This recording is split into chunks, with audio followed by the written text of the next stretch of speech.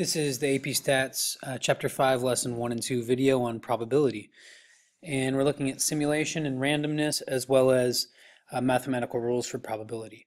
So in this first part, we're going to look at what does probability of a specific outcome mean in terms of the law of large numbers, which is a very important overall concept we're looking at in probability, and in terms of the short term and the long term. So the short term would be the next roll of the die, two rolls of dice. The long term meaning over 100, 1,000, making that sample size bigger and bigger. So we'll look at a lot of different casino games and then other types of real life situations involving probability as well. So let's start with the basic idea of probability. So the probability of an event is a number between 0 and 1. Oftentimes that becomes more challenging than thinking about it in terms of percents for you guys, so think about it in terms of 0% and 100%. The probability of an event, if it's 1, means it's guaranteed to, it always happens. If it's 0, it can never happen. Okay, so keep that in mind and think about this in terms of percents as proportions. You should be comfortable with those as well, but anytime you're having a hard time with that, just convert it to a percent to get a better understanding of it. Now, the law of large numbers. The law of large numbers is a key cornerstone of probability, because probability is not going to dictate single outcomes.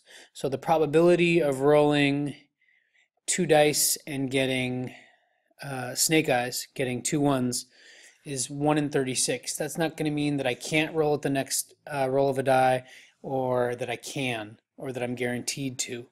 The law of large numbers is saying probability is an estimate of the outcome in the long term over many repetitions.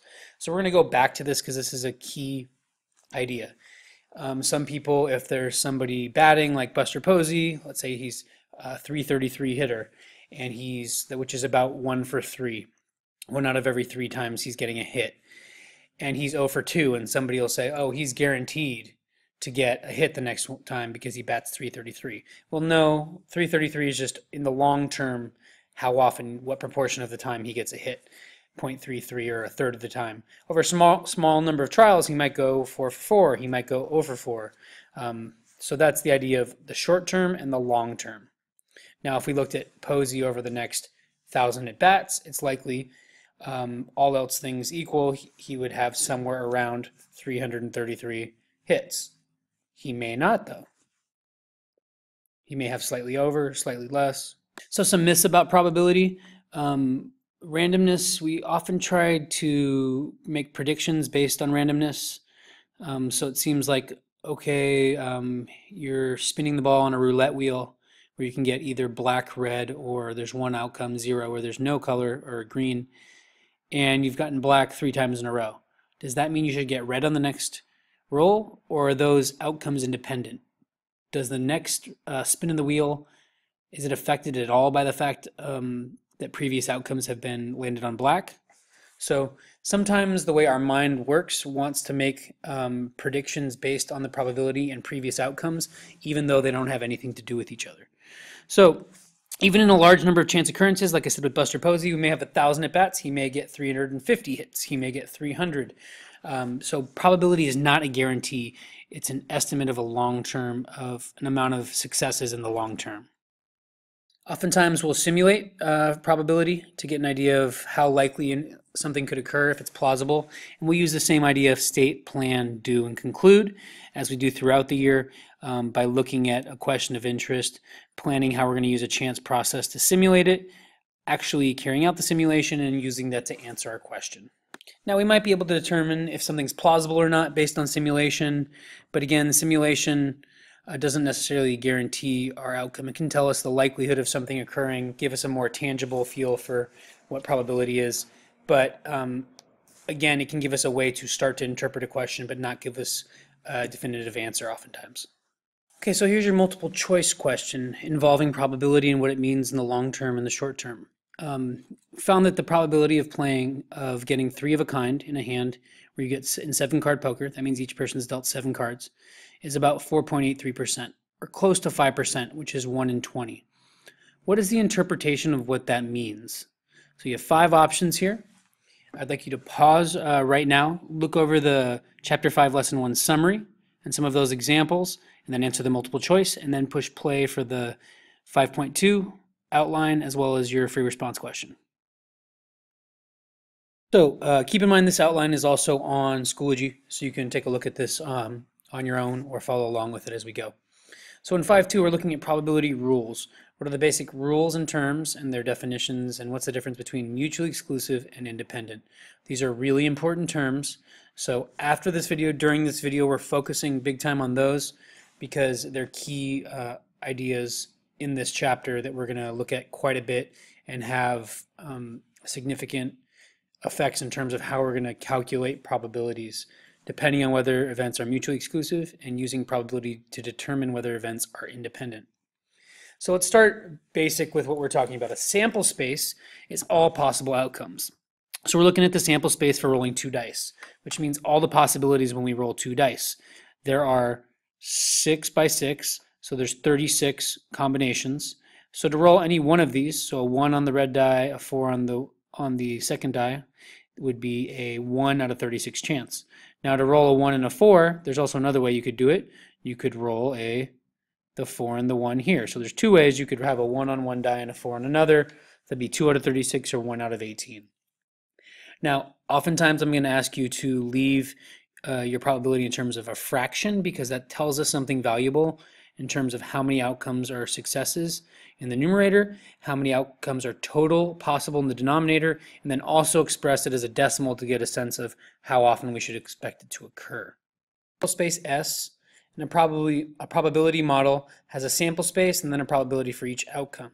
So for a coin flip, our sample space is heads or tails for one single coin flip, with H being heads, T being tails. The probability of heads is the same as the probability of tails for a fair coin, so they're 1/2 because there's one possible heads out of 2 outcomes, heads or tails. And the same is true for tails.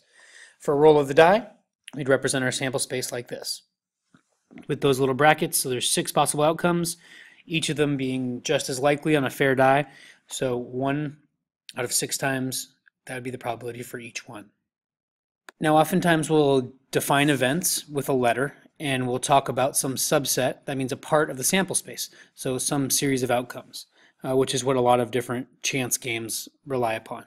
So we know that the chance of the event occurring is always going to be between 0 and 1. Nothing can have a probability greater than 1 or less than 0. So if the sample space, if S is a sample space of the probability model, the probability of the sample space is 1. It represents 100% of all possible outcomes. So again, if 1 is throwing you off as the highest possible probability, think about it as 100%. So to find the probability of an event A, we look at the number of outcomes that satisfy it. So if we were looking at the probability of rolling a 3 in the sample space of rolling 2 dice, you could roll a 1-2 or a 2-1. So there's 2 possible outcomes, that'd be our numerator. We saw that there were 36 combinations of the dice, so 2 out of 36, or 1 out of 18, and divide that through to find our probability. So that gives you a good example of what we're looking at here. Now, what about if we said the probability of not rolling a 3? So there's only 2 ways you can roll a 3, a 1-2 or a 2-1. So the probability of not rolling a 3, there are 34 other ways to do it. So 34 out of 36 is the probability of not rolling 1. That's the complement. The complement of an event is the all other outcomes, like the probability that it doesn't occur. And the probability of it is 1 minus the probability of the event. So 1 minus 2 over 36 is 34 out of 36. So sometimes it's easier to find the complement of an event than the event itself, and we can use that and then subtract from 1 to find the probability of the event we're interested in. So we'd represent that like this. So the probability of an event and its complement summed to 1. Another way to write that would be 1 minus the probability of the complement of an event equals the probability of the event. This is just saying the probability of rolling a 3 and not rolling a 3 have to add up to 1. Oftentimes we can use this to find probabilities that would be very complicated otherwise. Now, if 2 events have no outcomes in common, so if event B was not rolling a 3 and event A is rolling a 3, we call those mutually exclusive because they have no outcomes in common. So mutually exclusive means they both can't happen at the same time. So the probability that you attend school, if event C is you attending school and event D is you being absent at home, those 2 events are mutually exclusive. One of the 2 of them is going to be true. You're either at school or absent. And so they add up to 1. they cannot both happen. And if we look at two events A and B and they can't both happen in a Venn diagram, this is how we'd represent them. With event A and event B, there's no intersection of those, meaning there's no area where both A and B occur, so this means they're mutually exclusive. Where this whole rectangle represents our sample space, our all possible outcomes.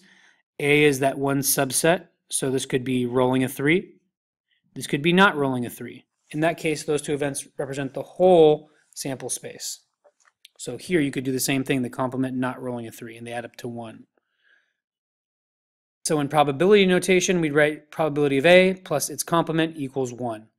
And again, you can manipulate that to solve for the probability of A by subtracting this from both sides. So Venn diagrams are a common way of representing events. Now you can see that this Venn diagram is different than the one we just looked at because these two circles do intersect.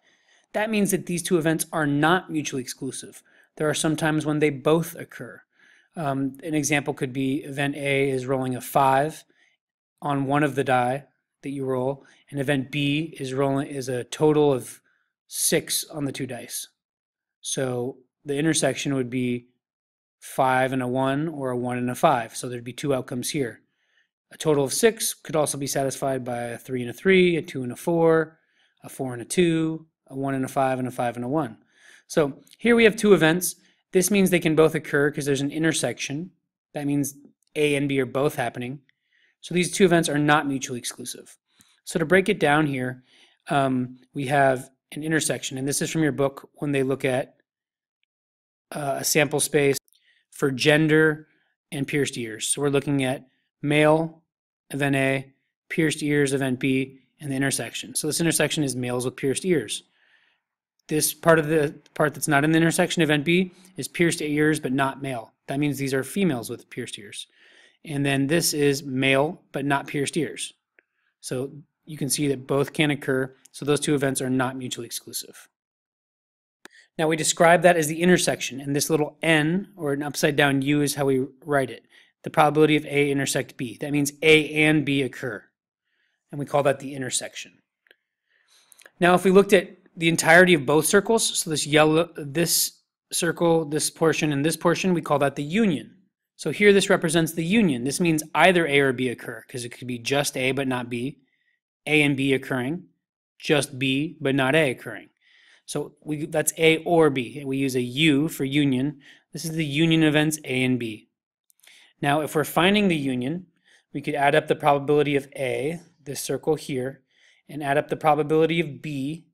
But when we do that, we count this area here in the middle twice, because that's where both A and B occur. So then we would have to subtract that if we wanted to find the probability of A or B, as long as they're independent events. With taking away the symbology, the probability that A or B happens is the probability of A plus the probability of B minus that intersection, because again we'd be counting that intersection twice, since that intersection is both already in A and in B. So here's your translation in words. Response question, we're looking at flipping a coin 3 times. So remember, heads or tails are the 2 possible outcomes of flipping it once. Event A is defined as getting 1 or less heads when flipping a coin 3 times.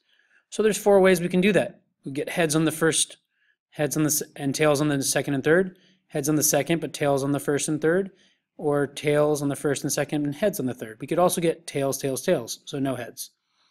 So there's 8 total possibilities. We'd find that by the number of outcomes possible times the number of times, to the power of the number of times we're flipping. So 2 cubed is 8. Each one has a 1 out of 8 chance of happening. So there's a 4/8 chance of getting 1 or less heads when flipping a coin 3 times. Event B is going to be defined as getting 3 heads when flipping a coin 3 times. How many ways can that happen? Well, that would be heads, heads, and heads, and there's only 1 out of 8 chance of that occurring. So that's the background. Here's your question. Are events A and B mutually exclusive? Why or why not? What is the probability of A union B? Remember, that means the probability of A or B. That's called the union of events A or B. What's the probability of A intersect B, or the intersection of both events? They both occur. So pause now and go through the 5-2 summary and look through examples in your book, and then look over the vocab and answer the free response question.